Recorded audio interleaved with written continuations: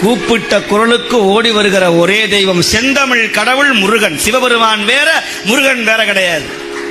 5 முகம் தோன்றில் 6 முகம் தோன்றும், வெஞ்சமரில் அஞ்சலன வேல் தோன்றும், நெஞ்சில் ஒரு கால் நினைக்கின் இருகாலும் தோன்றும். அதனாலதான் சிவபெருமான் முருகப்பெருமான் இல்லாம சுவாமி வரவே மாட்டார். சோமாஸ்கந்த மூர்த்தியுடைய வடிவமே பக்கத்துல முருகர் இருப்பார். சோ உமா ஸ்கந்தன் பேர்.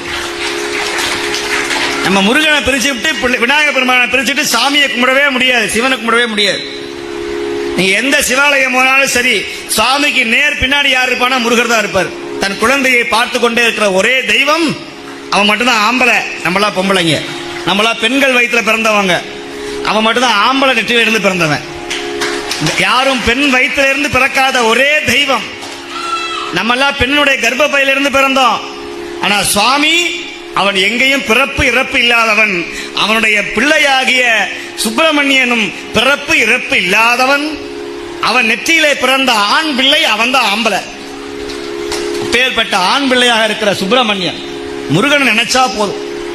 அதனாலதான் இந்த குலத்திற்கு குலதெய்வமே முருகன்.